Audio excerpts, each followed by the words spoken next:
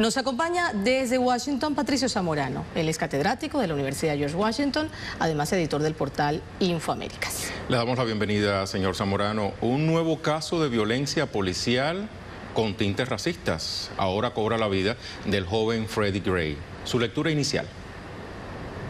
Bueno, es un tema que simplemente representa la gran crisis de credibilidad que existe aquí en los Estados Unidos en este último caso de brutalidad policial contra un joven afroamericano. Como ustedes mismos han estado informando, no es el primer caso, es la seguidilla de una serie de asesinatos que no han sido aclarados. En la mayoría de los casos, los agentes policiales no han enfrentado ningún tipo de consecuencia legal y obviamente lo que pasó en Baltimore que fue un shock para todo el país, no una sorpresa en todo caso por las condiciones sociales que existen en esa área, que podemos hablar un poco sobre eso, pero efectivamente es la consecuencia lógica de la falta de justicia, de la segregación racial que existe en los Estados Unidos y básicamente de una brutalidad policial que todavía no está bajo control. La muerte de este joven ha desatado encendidas protestas de calle, señor Zamorano, protestas que se han extendido hasta horas de la madrugada pese al toque de queda. ¿Son estos actos una muestra de indignación de la comunidad afroamericana por los reiterados casos de violación a sus derechos por las fuerzas policiales realmente? No es solo eso, yo diría que es incluso más que eso. Efectivamente, lo que desencadenan estos desórdenes en Baltimore es la impunidad frente al asesinato, digamos, horrorífico de este joven cuya columna vertebral fue en un 80% cercenada mientras estaba bajo custodia policial. Este caso todavía, increíble, pero todavía no hay una explicación clara que provenga de una investigación seria que se supone está haciendo tanto el Departamento de Policía como otras organizaciones federales del gobierno de los Estados Unidos. Entonces, lo que pasó en Baltimore es el desencadenante, es este caso particular, pero estamos hablando también de una consecuencia de una marginalidad extrema en que vive la población afroamericana, especialmente en Baltimore.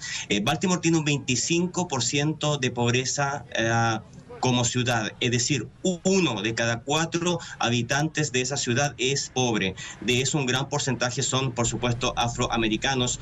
En comparación, por ejemplo, Maryland tiene un 10% de pobreza y a nivel nacional Estados Unidos tiene un 15%. Es decir, la ciudad de Baltimore tiene un 25%, 10 puntos por sobre el promedio nacional de los Estados Unidos.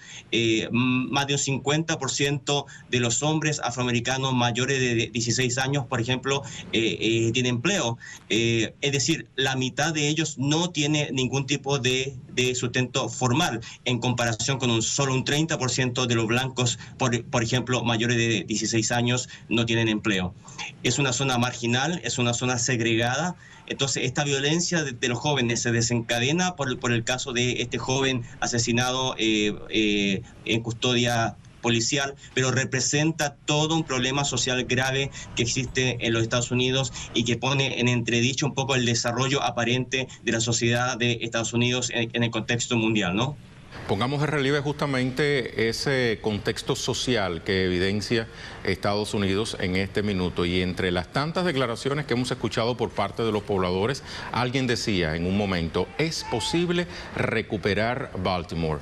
¿Cómo interpretar estas palabras, profesor? ¿A quién le toca recuperar Baltimore? ¿Las autoridades, la comunidad, autoridades locales, el gobierno nacional? ¿Cuál es su opinión?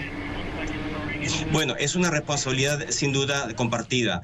El tema de Baltimore no es específico, no es, digamos, específico para esa área. Hay muchos centros urbanos donde la población afroamericana está segregada. La propia ciudad de Washington, para que la gente que nos está viendo en este momento sepa, también tiene un nivel altísimo de segregación. Esta es una ciudad, la capital de los Estados Unidos, mayoritariamente afroamericana, en que los negros de este país país están totalmente, digamos, concentrados en ciertos barrios específicos donde hay un nivel de criminalidad mucho más alta, hay un nivel de pobreza alta, nivel de desempleo, marginalidad, etcétera, etcétera.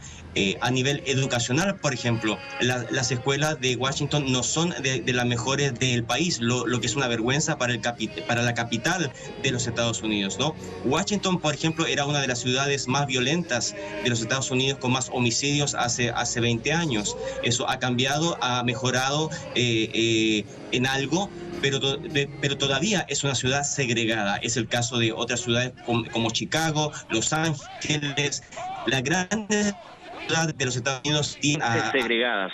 En ese sentido, todo el movimiento de derechos civiles que emancipó un poco a la población afroamericana no ha tenido éxito total. Y lo que vemos en Baltimore es responsabilidad sin duda a nivel federal, a nivel local del estado de Maryland, pero representa un poco el fracaso de las políticas de integración racial, digamos, después del movimiento de los derechos civiles que fue tan importante para los Estados Unidos. Es el análisis sociopolítico de la situación en Baltimore que nos ofrece desde Washington Patricio Zamorano, catedrático de la Universidad George Washington, editor del portal Infoaméricas. Agradecemos este contacto.